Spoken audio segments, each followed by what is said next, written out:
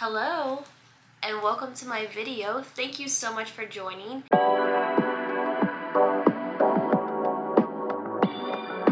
Today I'm going to be talking about all of the different books that I read in the month of June. This month was not a very good reading month for me. I'll just be honest. I was a little bit in a slump.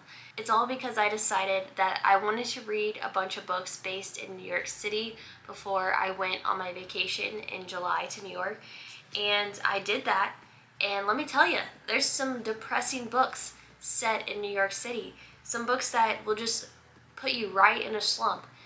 During the summer, I do not want to read books that are going to make me feel sad and make me question humanity, but that's what I had to do. Apologies again for this super short video list. I was not feeling it. I got stuck in a particular book that I will rant about later, and it really just changed the rest of my month of reading. So the first book I read this month, this book was a fast read for me. This was not a book that put me in a slump or anything like that. I don't know why I keep saying schlump. There is no H in there. Slump. Okay, so this book put me in a bit of a slump. This book was great. It was fantastic. So I read The Fifth Season by N.K. Jemisin. This is a book that I've heard about on so many people's booktube channels, and it has been raved about, and it's also not like the biggest fantasy book that you could pick up, so it's not super intimidating. It's only a trilogy of like a couple of 400-page books, kind of a small fantasy series if I was going to start a whole new thing. This book follows 3 women. There's these seasons, and when these seasons happen, the world starts ending. There's a lot of natural disasters. Basically, extinction happens. So over time, the societies, they get better at surviving these natural disasters and making their civilization last. Something that's kind of unique about this book is that one of the characters is based in second person. What that means is they say you grab the rock, you do this, versus they did or I did. So that's just a little bit different. I've never read a book that was written in that style, but I didn't find it hard to get into. It's not that hard of a world to understand. It's a little bit confusing at first, but I do like how throughout the story it's kind of one of those things where they tell you a detail and you don't think it's important, you just think it's kind of history of the world, and then later in the book you make that connection. So I found myself flipping back and forth a lot between the book, and I thought that was really fun how she kind of gave me all the clues and I just didn't see them until the end, and I thought that was amazing. There's also definitely a big twist in the story. I will not tell you the twist, but I loved how it all came together at the end. I did not finish the rest of the series yet, but I am definitely gonna get my hands on it. I think I gave it 4 stars. It's not my favorite thing ever, so I didn't give it 5, but I did really, really like it. I should probably mention the 5th season is not based in New York City. That was just a fun little one-off at the beginning of all of this. I only read 6 books in the month of July, and 4 of the 6 are based in New York City. So I should probably make sure to clarify that going forward. This next book I read is Leave the World Behind by Rumaan Alam, and I actually really enjoyed this book. I will say it's not a very plot-heavy book, so if that's something that will drive you nuts, you need to have a strong plot, this might not be the book for you. But what happens in this book is this family, they leave New York City and they're going out towards, I don't really remember where they're going, maybe out in the wilderness. They're on vacation, they get a house with a pool, and it's a magical thing because people in New York City don't have a lot of space. There's a blackout in New York City. They still have power because they're out in the suburbs, but they don't have a news stream coming from New York City. They don't have Wi-Fi anymore for some reason. They can still live their lives, they still have the house, they still have electricity, things are still fine.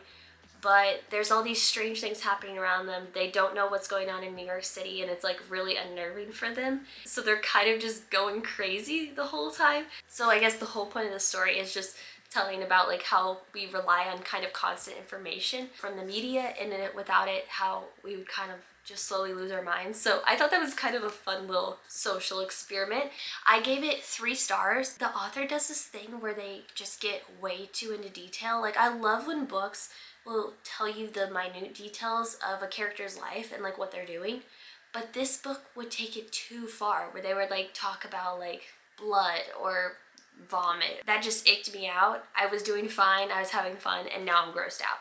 So that's why I gave this 3 stars. So the next 2 books I read, I actually read them on my Kindle. I do really enjoy reading on my Kindle, especially when I'm on the go. I think it's a great way to just read in the small moments of life instead of looking at your phone. I read The Color of Air by Gail Tsukiyama. I was kind of excited for this book because we were reading it for my book club, and also the author is from the Bay Area, which is where I'm living currently. So I thought, okay, that's a cool connection. This book bored me to tears. It's based in Hawaii, and it's based in the 50s or maybe the 70s, I can't really remember, but it's about a volcano eruption and like this whole community that lives together. So it's very like character driven. You kind of learning about the characters' lives. They all had the saddest lives ever. They deserved more, but it was probably realistic of real life. It was really sad, and more importantly, it was just boring. I didn't enjoy it really at all. I don't even want to talk about it. This is the start of my slump. I had trouble getting through this, but I finished it because I needed to for book club. I rated The Color of Air 2 stars. The only thing that was kind of interesting was learning a little bit more about the plantations on Hawaii, but they still just didn't give enough historical detail though for me to really say that I learned a lot about it. The next book I read was also on my Kindle. It was called Perfectly Impossible by Elizabeth Topp. This book I read halfway through last Christmas and I forgot about it. I didn't really finish it. It wasn't bad. I just got busy and got distracted. This book is about a girl named Anna, and she is a personal assistant for this family that lives off of Park Avenue. Aha! We're still in New York here. It's just talking about her. She's like an up-and-coming artist, and she also has this impossible job. Like her employer has all these unrealistic expectations of how things come together, how events get planned, how her daily life is. And so she's also struggling in her personal life too though, because she has a boyfriend and she's not really ready to take the next steps with him until she becomes financially stable and makes it as an artist. It's very cutesy and it was really fun to read. It definitely made me feel a little bit better about New York after reading some more sad books, and so I think that this kind of picked me up out of my slump, and then I was excited to go see Park Avenue, and she just made it sound so fun to run all over the city, and she kind of glamorized being a personal assistant to me. I thought it was kind of humorous at times, like her employer, like the requests she would have, like it's always fun reading about the rich people. I would love to be one of them. Their life sounds so glamorous. I really enjoyed that, and I ended up giving that book 3 stars. Just a fun, fast, quick read, but to be honest, nothing special. You can kind of see how this month is going. It's almost nothing memorable, but just you wait until this next book. I got a lot to say about it. This book was talked about so much on the internet, which I think makes it have some very, very high expectations. I feel like everyone that I've seen has like really loved it. I don't know if this is a hot take or not. I read A Little Life by Hanya Yanagihara. I don't even know where to begin with this book. It was a manipulative, mean, unnecessarily sad book to read. It is based in New York City. These characters have probably the saddest lives that I know about, honestly. So A Little Life follows 4 guys who are college classmates and really good friends, and it's like about them coming of age. It starts after they've graduated college and then talks about their life through adulthood, through their like 50s. I think it's kind of funny that they advertise this as like talking about a group of friends, because really you only explore 2 people's friendship. Jude and Willem's friendship is the only friendship that really gets dived in super deep to, and you know, with a like 700 and something page book, you think that you're gonna really learn about how great of friends all 4 of them are, but that's just not the case. Jude has had an extremely traumatic life, the most traumatizing life in the entire world. I actually read some articles that the author wrote about it. She calls this like ombre literature, and what she means by that is it starts out light and then it just slowly gets darker and darker and darker until you're just surrounded in blackness. There is not a happy ending anywhere in sight. You might think there's a happy ending, but ho ho ho, you wait. There is no happy ending. I will say, it's written so beautifully, but I didn't read it fast. This put me in the world's biggest slump. Like, I could not just binge this because I would read it and I would just get sadder and sadder, and I cried. And I didn't want to keep reading it because every time I thought there would be something good, it would just get worse. It might be based in New York City, but if you read this, you might not want to go to New York City. These people live there, and they're the saddest people I know. I really did like the two friends' relationships, Jude and Willems, that they kind of explore. I thought they had a really phenomenal relationship. I love how Jude has found family and he has people he can turn to, even though he doesn't many times. I did give it 3 stars, even though it's just such beautiful work. I think the author could have written literature that wasn't so mean and hard to read. I'm just disappointed, and I feel like it's wrong that the internet threw it out there and said, you should read this, you should read this, everyone should read this, 5 stars, 5 stars. It's not a book everyone should read. It has every trigger warning ever, I think, and it's not something that everyone needs to read. It's not something I even wish I read. I will not be recommending this to people. If you're interested in being really sad, you can look at this on your own. And the last book to get me ready for New York was The Great Gatsby. It's basic, I know. I've read this book before, multiple times in school. I've had this weird inkling lately to read the classics. It could be because I want the cloth-bound collection that they sell at Barnes & Noble. It could be.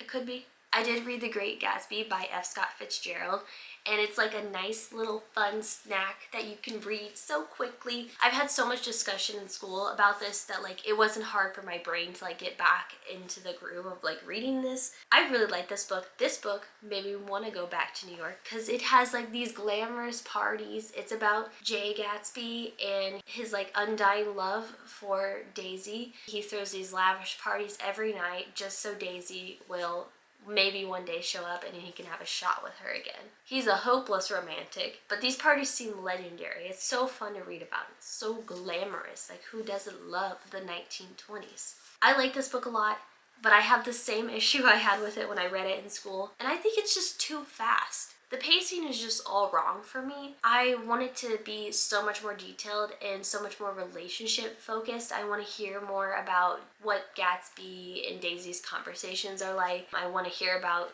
Gatsby and Nick's relationship a little bit more. I mean, I would love to know how Tom and Daisy ended up together. It just feels so rushed to me, and I think like his work could have had so much more impact if I just had a little bit more detail. I'm already soaking it up. I love the glamour of the whole book and the 1920s party vibes, so I just think a little bit more, I would have been like, yes, so good. I did get this 4 stars. So it didn't all turn out bad, it just wasn't that great.